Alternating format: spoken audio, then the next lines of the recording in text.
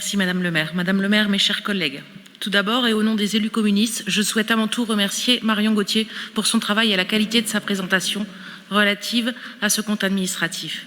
La perfection n'est pas de ce monde, mais tout un chacun avons la possibilité de tendre vers cet objectif. Aussi, les collègues élus dans l'opposition se sont bien évidemment attachés à relever certains points d'achoppement, voire insinuer que la ville ait profité de la crise sanitaire. Ces propos me choquent, Madame Spielgut.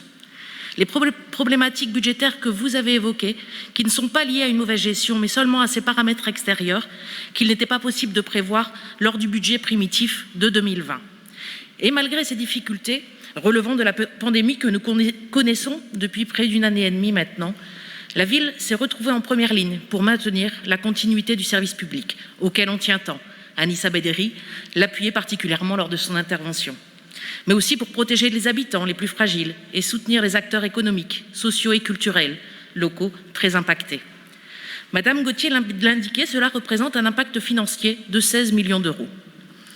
La lecture de ce compte administratif met d'autres choses en exergue. Je ne vais pas tout reprendre ici, mais j'ai souhaité relever quelques points pour les appuyer à mon tour. Notre capacité de désendettement reste inférieure à 7 années, inférieure à 6 années si on intègre les produits de cession. La trajectoire de désengagement est engagée depuis plusieurs années et réelle. L'encours de la dette totale baisse de 3,2% en 2020.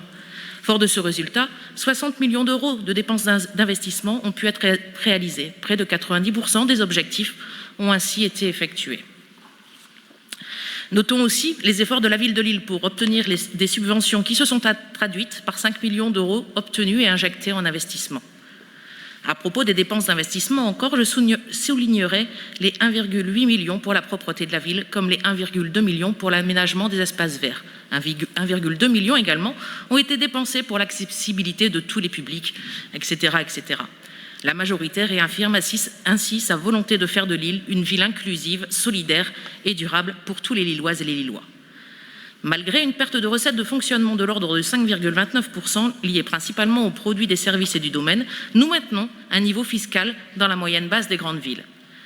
Malgré ces pertes des recettes de fonctionnement, nous avons maintenu le niveau de dépenses et réalisé 94,6% par rapport à la projection initiale en fonctionnement donc. Nous retenons particulièrement sur ce point les dépenses relatives à l'apprentissage et au bien-être de notre jeunesse, pour un budget de 67,7 millions d'euros, celles relatives aux politiques de proximité et de solidarité pour 57,9 millions d'euros. Enfin, les presque 6 millions d'euros pour le patrimoine et l'accessibilité, où les efforts sont à poursuivre. C'est projeté sur les prochaines années, nous l'avons vu dans le graphique également. Pour terminer sur le chapitre des dépenses de fonctionnement, je souhaite encore saluer l'aide de la ville en direction des associations pour une hausse de subventions versées de 3,94%. Je souhaite terminer donc mon propos en remerciant également les services de la ville qui travaillent sans relâche en lien avec les élus pour obtenir ces bons résultats. Les élus communistes sont satisfaits de la bonne gestion de notre ville. Ils réaffirment leur volonté de travailler dans cette optique pour une ville inclusive, solidaire pour les Lilloises et les Lillois. Je vous remercie. Merci beaucoup.